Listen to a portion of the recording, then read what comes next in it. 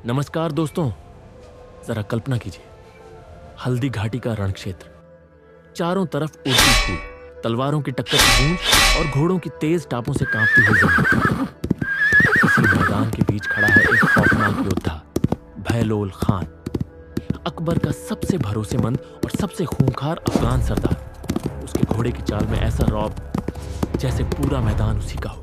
और तभी एक पल में सब कुछ बदल जाता है। चेतक हवा की तरह उछलता है और उसी क्षण चमकती है महाराणा प्रताप की तलवार। एक ऐसा वार, इतना तेज, इतना घातक कि बहलोल खान और उसका घोड़ा दोनों एक ही वार में बीच से दो टुकड़ों में बढ़ जाते हैं। एक ही वार में सवार भी खत्म और घोड़ा भी। सोचिए, क्या आपने कभी ऐसा कारनामा सुना है? लेकिन दोस्तों, ये तो बस शुरुआत थी उस जंग की, जिसकी गूंज आज भी इतिहासकारों को चैन से बैठने नहीं देती। लेकिन एक सवाल आज भी बाकी है। दो राजपूत, दोनों एक ही वंश के, मानसिंह और महाराणा प्रताप, आखिर क्यों आमने सामने खड़े थे?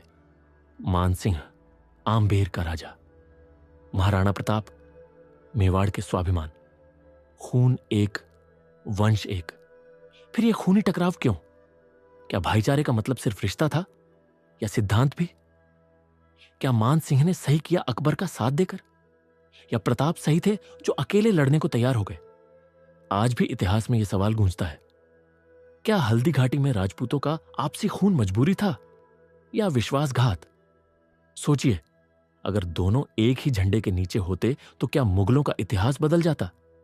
इस कहानी को समझने के लिए हमें थोड़ा पीछे जाना होगा। 18 जून 1576 सुबह के करीब 9 बजे हल्दी घाटी की संकरी घाटी। एक तरफ मेवाड़ की सेना, करीब 3000 घुड़सवार और 4000 पैदल सैनिक, और सामने मुगल साम्राज्य की विशाल सेना, करीब 80,000 सैनिक, संख्या में 20 गुना ज्यादा। लेकिन महाराणा प्रताप के पास था एक ऐसा साथी जिसका नाम आज भी इतिहास में अमर है, चेतक।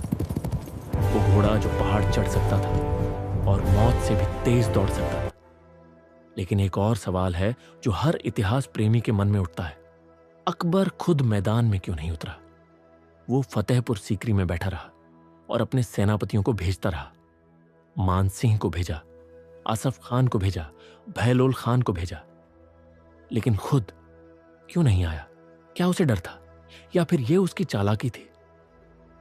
क्या उसने महाराणा प्रताप की वीरता की वो कहानियां सुनी थी जो कहती थी राणा अकेला भी खड़ा हो तो भी हार नहीं मानता? शायद यही वजह थी कि यह जंग शुरू ही ऐसे हुई, जहां बादशाह को अपनी कुर्सी से उठना ही नहीं पड़ा। अब जरा उस मैदान को समझिए। हल्दी घाटी कोई खुला मैदान नहीं था। अरावली की पहाड़ियों के बीच करीब 16 किलोमीटर लंबी संकरी घाटी, दोनों तरफ ऊंची चट्टानें, बीच में कीचड़ और नदी। यही वजह थी कि महाराणा प्रताप ने यही जगह चुनी, क्योंकि मुगल सेना की संख्या बहुत ज्यादा थी।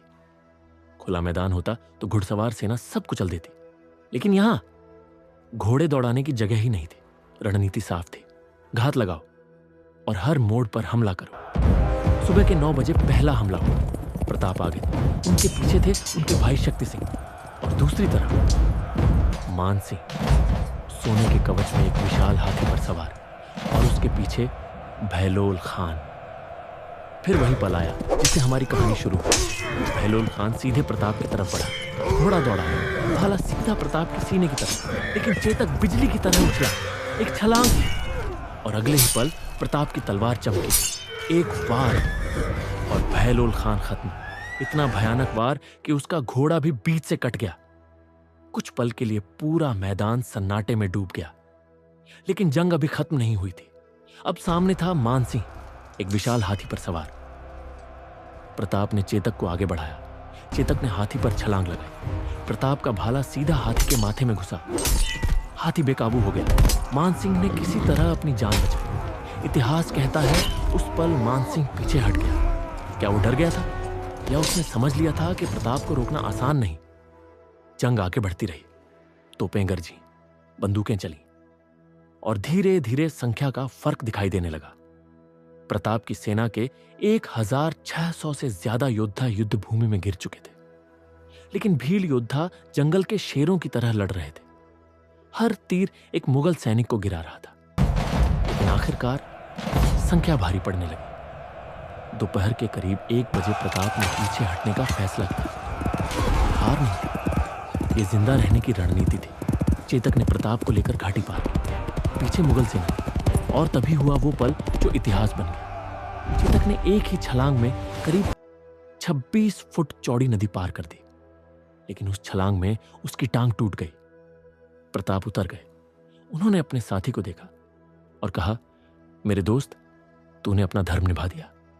कुछ ही पल बाद चेतक ने आखिरी सांस ली।